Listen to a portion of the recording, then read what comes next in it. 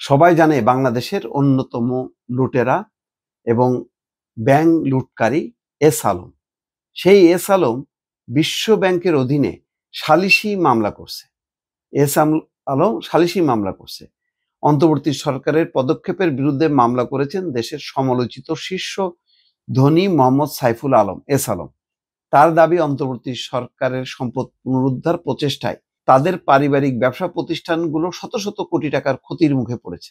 গত সোমবার ওয়াশিংটনে অবস্থিত বিশ্ব ব্যাংকের অধীনে আন্তর্জাতিক বিনিয়োগ বিরোধ নিষ্পত্তি কেন্দ্রে একটি সালিসি মামলায় আবেদন করেছে তার আইনজীবীরা।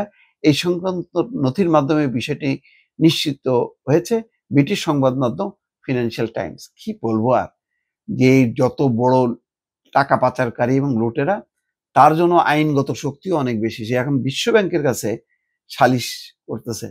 কি সালিশ করবে? ব্যাংকগুলির কি অবস্থা? এটা কি মিথ্যা? 7টা ব্যাংক ফোকলা বানায় ফেলছে। দেখা যাক বিশ্ব ব্যাংক কি পদক্ষেপ নেয়।